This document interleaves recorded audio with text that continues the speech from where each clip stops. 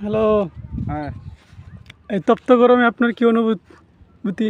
অনুভূতি হচ্ছে ধরেন কোনো একটা শ্রমিক সারা মাস 30 দিন কাজ করে। কাজ করার পরে সে কিন্তু রাত দিন পরিশ্রম করে। দিনে রাতে ওভারটাইম করে, জেনারেল ডিউটির পরেও ওভারটাইম করার পরে একটা মাস পরে যখন সে कहना বেতন क्या পায়, चाहती हो? মানে একটা মাস পরে যখন সে বেতন পায় তখন কিন্তু সারা মাসের পরিশ্রমটার কথা কিন্তু তার মনে থাকে না। ঠিক আমার কাছেও এরকমই মনে হয়েছে।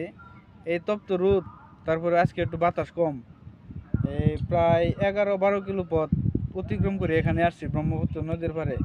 এখানে আসার পরে মনটা জুড়ে গেল, মানে ওই কষ্টটা এখন কিন্তু আমার মনে হইতেছে না, সেই শ্রমিকের মতন। अच्छी लगी। এখানে আসলে খুব ভালোই লাগে, কারণ হইলো দেখার মতো একটা হ্যাঁ, প্লেস। দেখার মতো একটা প্লেস।